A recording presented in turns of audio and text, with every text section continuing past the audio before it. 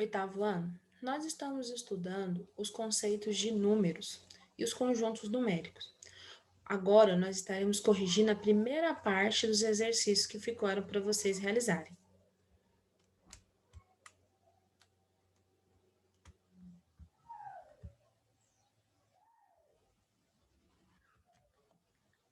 O primeiro exercício é na página 13, exercício de número 1.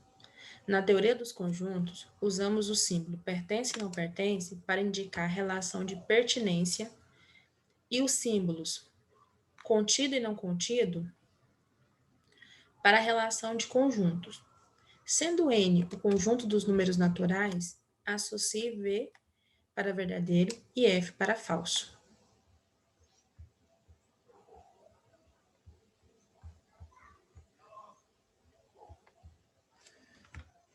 Letra A.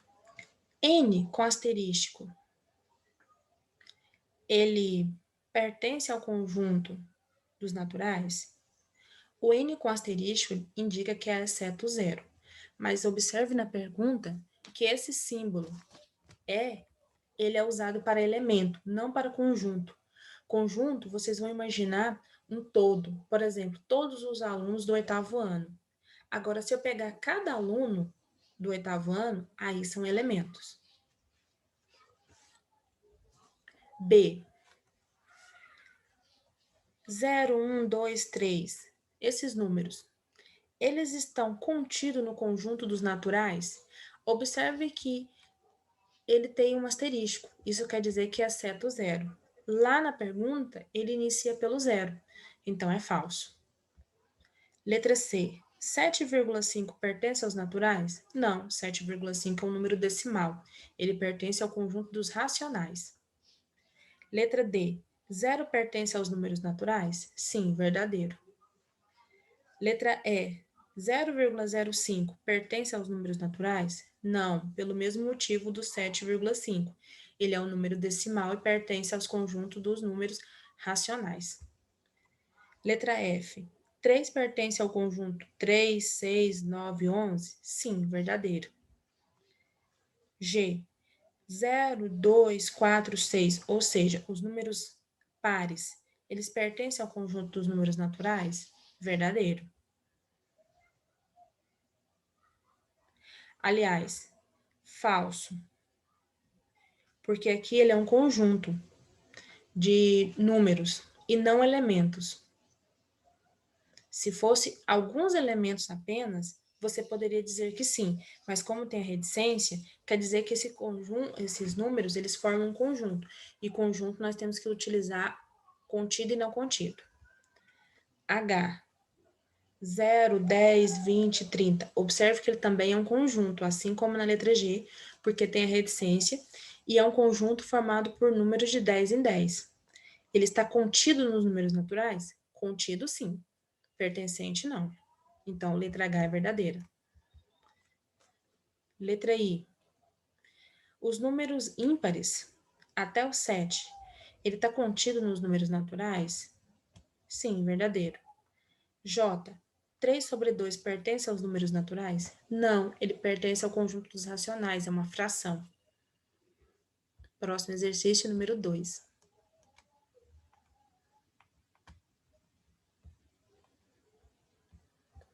Todos os números pares são representados por uma sentença matemática.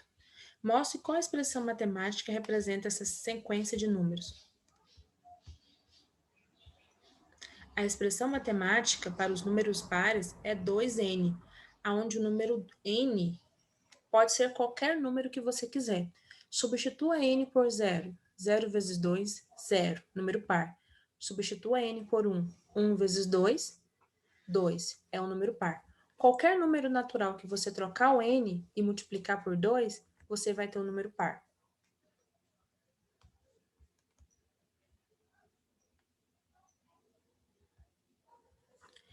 Questão 3. Todos os números naturais ímpares são representados por uma sentença matemática. Mostre qual expressão matemática representa essa sequência de números.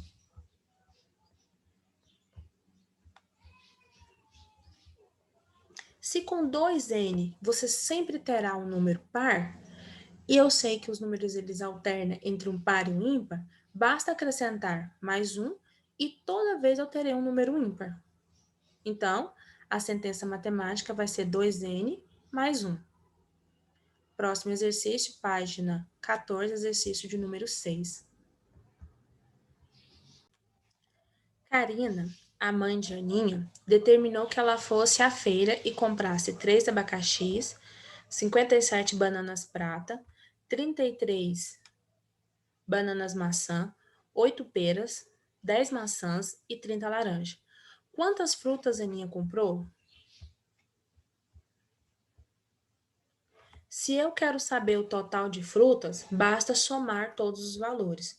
Somando todos os valores, nós encontramos 141 frutas que a Aninha comprou. Nosso próximo exercício, exercício 7.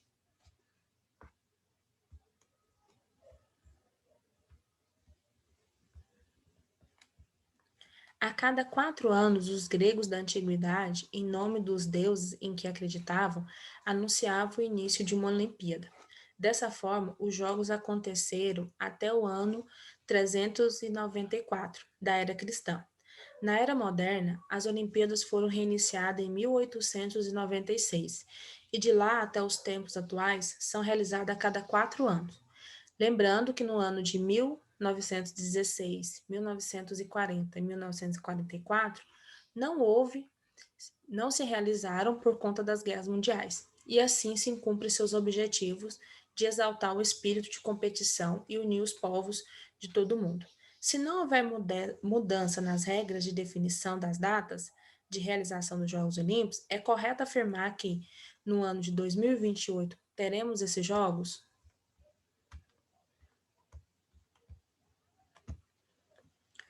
Os jogos ele acontecem de 4 em 4 anos. Isso quer dizer que o número tem que ser um número divisível por 4. Se esse número dividir por 4 e o resto for zero, então esse ano terá Olimpíada. Então é isso que nós vamos fazer. Dividir o número 2028 por 4. 20 dividido por 4 é 5, porque 5 vezes 4 é 20. 20 menos 20, 0. Nós vamos descer o 2, mais 2 não divide por 4, então acrescentamos um 0 e descemos o próximo número, 28. 28 dividido por 4 é 7, porque 7 vezes 4 é 28. 28 menos 28, 0. Ou seja, 2028 dividido por 4 é 507. Logo, essa divisão é exata, e sim, no ano de 2028, se não houver mudança, terá Olimpíada. Próximo exercício, número 9.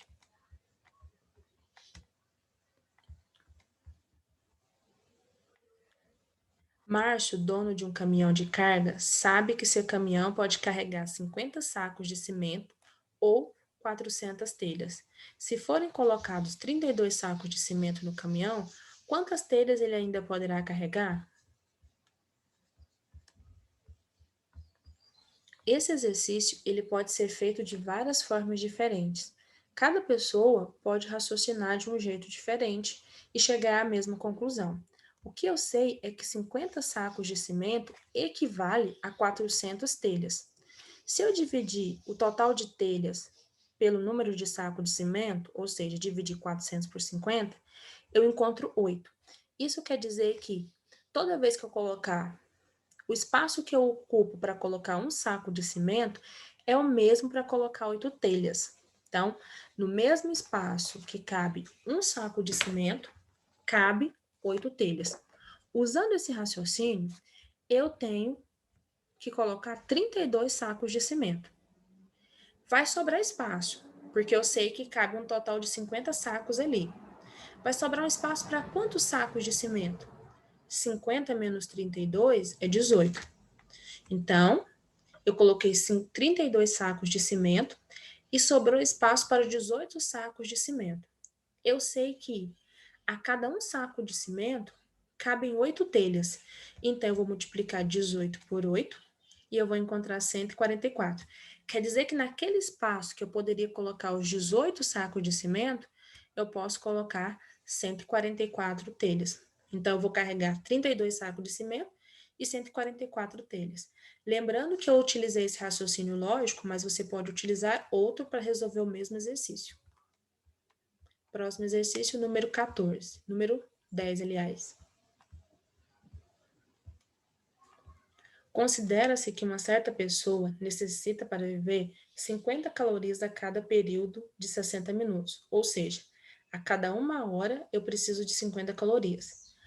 Calcule quantas calorias essa pessoa necessitará para se manter durante um período de 7 dias.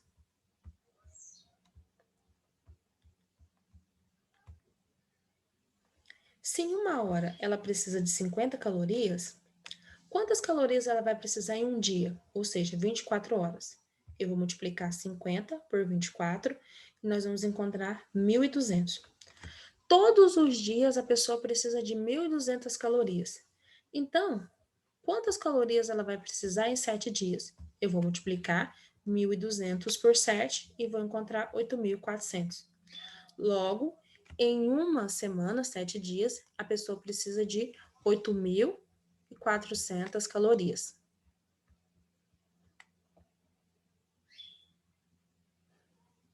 Nosso próximo exercício é na página 15, exercício de número 11.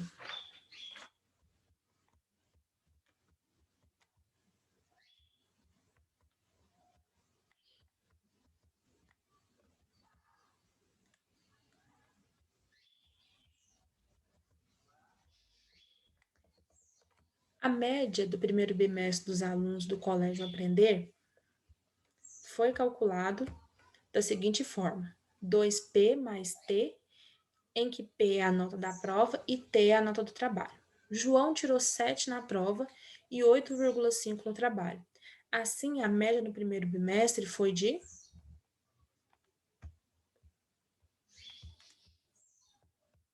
Aqui você tem uma fórmula matemática na qual você vai substituir a letra P pelo número 7 e a letra T por 8,5. Ficaremos com 2 vezes 7 mais 8,5 dividido por 3.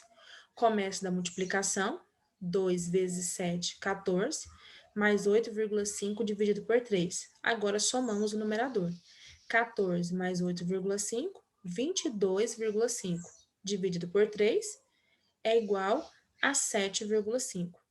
Logo, a resposta correta é a letra B, do exercício 11. Próximo exercício, número 12.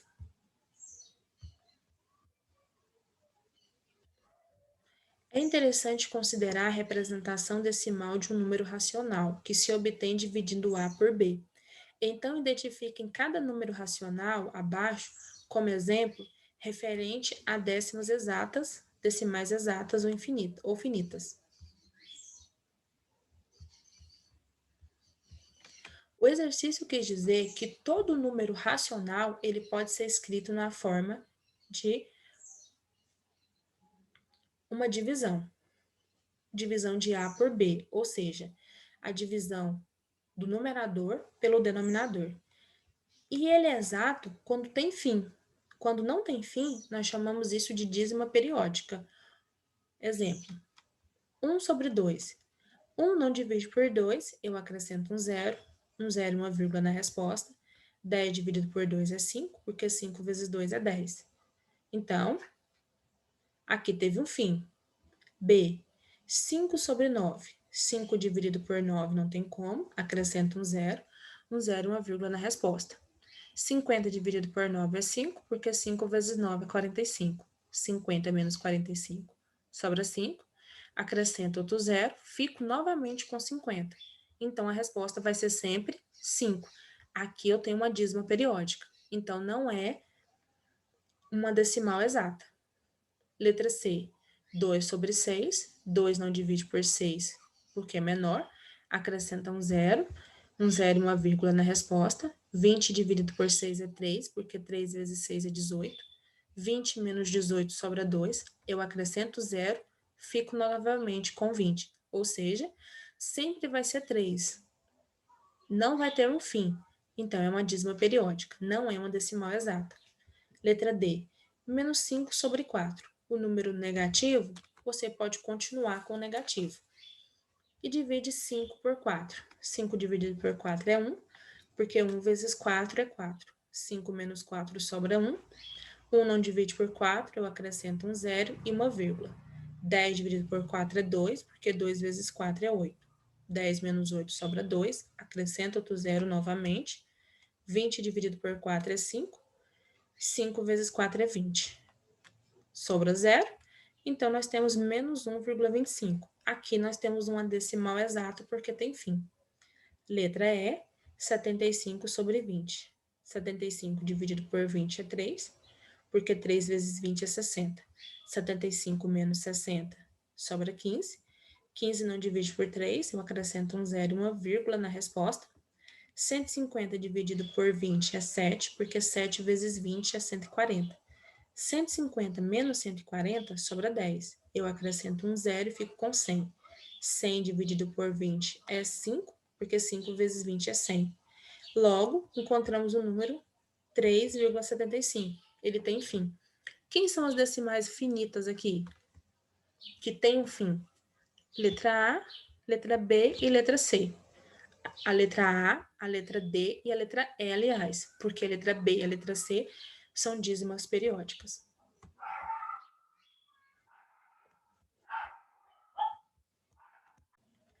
O exercício 40 da página 34, ele pede para você calcular a raiz quadrada.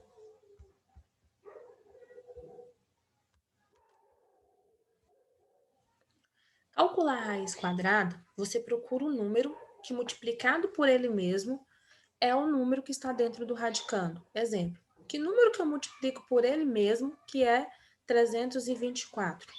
Se você souber mais ou menos que número que é, não tem problema.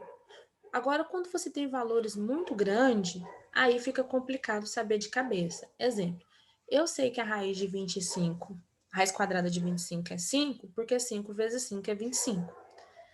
No caso de quando eu não souber, quando o número for grande, o que eu preciso fazer? Eu preciso fatorar esse número. Lembra que fatorar é escrever em fatores primos. Você vai dividir o número pelos números primos. Se o número for par, você começa por 2 e assim por diante. 324, eu não sabia qual era o número, por exemplo. Então, o que eu vou fazer? Eu vou dividir por 2, 162. Eu vou dividir por 2, 81. Por 3, 27. Por 3, 9. Dividido por 3, 3. Dividido por 3, 1. Se é uma raiz quadrada, você vai fazer grupo de 2 em 2. 2, número 2. Então, eu vou escrever 2 elevado a 2. Vou escrever na forma de potência. 2, 3. 3 elevado a 2. Mais 2, 3. 3 elevado a 2. Então, eu escrevi 2 elevado a 2 vezes 3 elevado a 2 vezes 3 elevado a 2. Eu vou cancelar a raiz quadrada com os expoentes. Só vai sobrar as bases. 2 vezes 2, 6. 6 vezes 3, 18. Se você multiplicar 18 vezes 18, 324. 676. Vou dividir por 2, 338. Dividido por 2, 169. Dividido por 3, por 13, 13. Dividido por 13, 13. Observe que você tem que tentar apenas os números primos até essa divisão ser exata. Fazendo de 2 em 2, eu vou ficar com raiz quadrada de 2 elevado a 2 vezes 3 elevado a 2. Cancela os expoentes 2 com uma raiz quadrada, fica apenas as bases. 2 vezes 13, 26. Raiz quadrada de 676, 26. 729 dividido por 3, 243, dividido por 3, 81, dividido por 3, 27, dividido por 3, 9, dividido por 3, 3, dividido por 3, 1. Você sempre vai pegar de 2 em 2, mas tem que ser o mesmo número. E aí você vai escrever na forma de potência. Ficaremos com raiz quadrada de 3 elevado a 2 vezes 3 elevado a 2 vezes 3 elevado a 2. Por que tem que ser sempre de 2 em 2? Para que o expoente seja 2. Porque você pode cancelar a raiz com os expoentes, vai ficar apenas as bases. 3 vezes 3, 9. 9 vezes 3, 27. Raiz quadrada de 729 27. 4.096 dividido por 2, 2.048. Dividido por 2, 1.024. Dividido por 2, 512. Dividido por 2, 256. Dividido por 2, 128. Dividido por 2, 64. Dividido por 2, 32. Dividido por 2, 16. Dividido por 2, 8. Dividido por 2, 4. Dividido por 2, 2. Dividido por 2, 1. Eu vou pegar de 2 em 2. Vou formar um par, 2, 3, 4, 5, 6. E vou escrever raiz quadrada de 2 elevado a 2, 6 vezes. Cancelo a raiz com todos os expoentes, vai sobrar apenas a base 2 vezes 2 vezes 2. 2 vezes 2 vezes 2, 6 vezes é 64. Se você multiplicar 64 vezes 64, você vai encontrar 4.096. Por isso é a raiz quadrada. Próximo exercício é na página 40, exercício de número 1.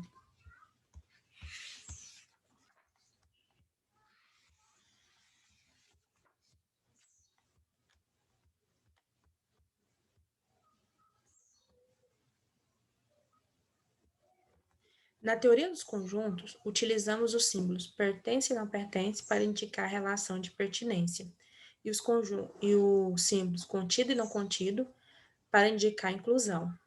Se N é o conjunto dos números naturais, determine verdadeiro ou falso. Bom, letra A, 1 sobre 2 pertence ao conjunto dos naturais? Não, é uma fração. Fração é o conjunto dos racionais. Falso. B, 3 sobre 0 pertence aos naturais? Sim, 3 sobre 0 é 1. 1 está dentro dos conjuntos naturais. Verdadeiro. C, raiz quadrada de 36 pertence aos naturais? Verdadeiro. Raiz quadrada de 36 é 6. 1 não está contido nos números naturais? Falso. Está. É 0, 1, 2, 3 e assim por diante. Está contido nos números naturais? Verdadeiro. F. O conjunto dos naturais, o asterístico quer dizer exceto zero, está contido nos números naturais? Sem o asterístico, está dizendo que o zero faz parte. Sim, verdadeiro. G. Zero não pertence ao conjunto dos naturais com asterístico? Verdadeiro. H. O conjunto N está contido no conjunto N com asterístico? Não está contido. Observe que agora o símbolo mudou. Ele está perguntando se o conjunto completo com zero pertence ao conjunto que não tem um zero? Falso. E o número 302 pertence ao conjunto 2, 5, 8, 11? Observe que os números aqui, eles aumentam de 3 em 3. Se você continuar escrevendo de 3 em 3, você vai encontrar o número 302. Então, a letra I é verdadeira. Nosso próximo exercício é o exercício 6, na página 41.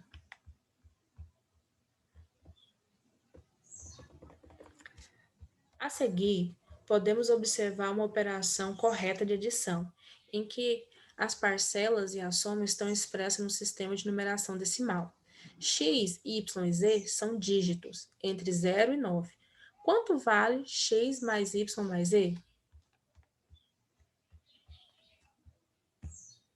Bom, eu vou somar as parcelas e indicar o que está faltando. Se eu somar 3 mais 7, eu tenho 10. Mas eu vou observar que na resposta é 6. Então, eu vou acrescentar o z, 6, porque 10 mais 6 é 16. Eu escrevo 6 e vai subir 1. 8 mais 1 é 9. 9 mais 7 é 16. Mas a nossa resposta é 9. Então, ao x eu vou acrescentar 3, porque 16 mais 3 é 19. Eu escrevo 9 e acrescento 1. 1 mais 8 é 9. 9 mais 5 é 14. Mas a nossa resposta é 22. Então, eu vou acrescentar 8 ao y e terei 22. Logo, x é igual a 3, z é igual a 6 e y é igual a 8. Somando 3 mais 6 mais 8, nós temos 17. Resposta correta, letra A.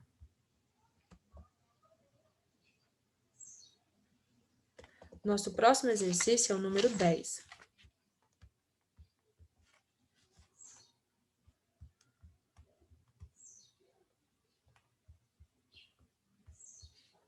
Dividindo-se o número 59.093 sucessivamente por 2, por 3, por 5, por 9, por 10, o resto da divisão serão respectivamente.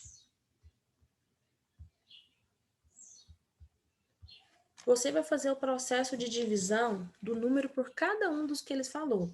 Quando eu dividi 59.093 por 2, eu encontrei uma resposta, mas o que me interessa mesmo é o resto. Sobrou o resto 1. Já dividindo por 3, o resto foi 2. Dividindo por 5, o resto foi 3. Dividindo por 9, o resto foi 8. E dividindo por 10, o resto foi 3. Agora eu vou olhar a sequência. Qual deles tem a sequência? 1, 2, 3, 8 e 3. Letra D. Próximo exercício, página 53, exercício de número 14. O exercício 14, ele pede para relacionar uma coluna com a outra.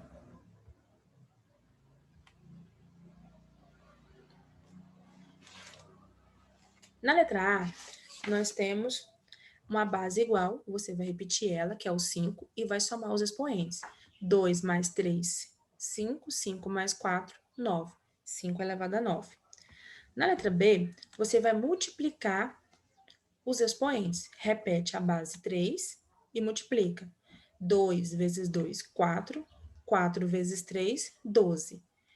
Negativo vezes negativo, positivo. Então, resposta certa, 3 elevado a 12. Na letra C, você vai fazer o mesmo processo. Vai repetir a base, que é 7, e vai multiplicar. 0 vezes 87 é 0. E 0 vezes 2 é 0. Então, o expoente é 0, qualquer número elevado a 0 é 1. Na letra D, eu vou fazer o mesmo processo. Eu vou repetir a base, que é 8, e eu vou subtrair 15 menos 3, menos vezes menos é mais, 15 mais 3 é 18. Vou ficar com 8 elevado a 18, 18 vezes 2, 36. 8 elevado a 36. Mas o que eu vou observar? Não tem essa resposta, só tem base 2. Então, eu vou fatorar esse 8. 8 é o mesmo que 3 elevado, 2 elevado a 3. E eu vou repetir o expoente 36, que já existia. Repete a base 2 e 3 vezes 36, 108. Na letra E, eu vou dividir. Então, vou repetir a base, que é 3, e vou subtrair. 14 menos 8, 7. Bom, aliás, 6 e elevar a 2. E repetir o 3 elevado a 7. Bom, 6 vezes 2 é 12, então ficaremos com 3 elevado a 12 vezes 3 elevado a 7. Repete o 3 e soma os expoentes. 12 mais 7, 19. Nosso próximo e último exercício, página 59, exercício de número 1.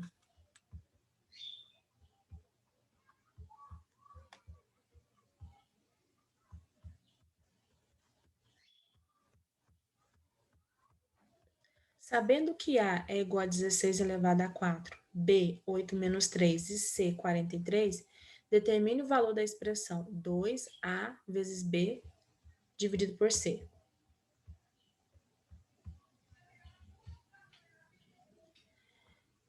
Dois vezes 16 elevado a 4 vezes 8 menos 3 dividido por 43. Bom, resolve parênteses, 8 menos 3 é 5. Resolve a potência, 16 elevado a 4 é 65.536.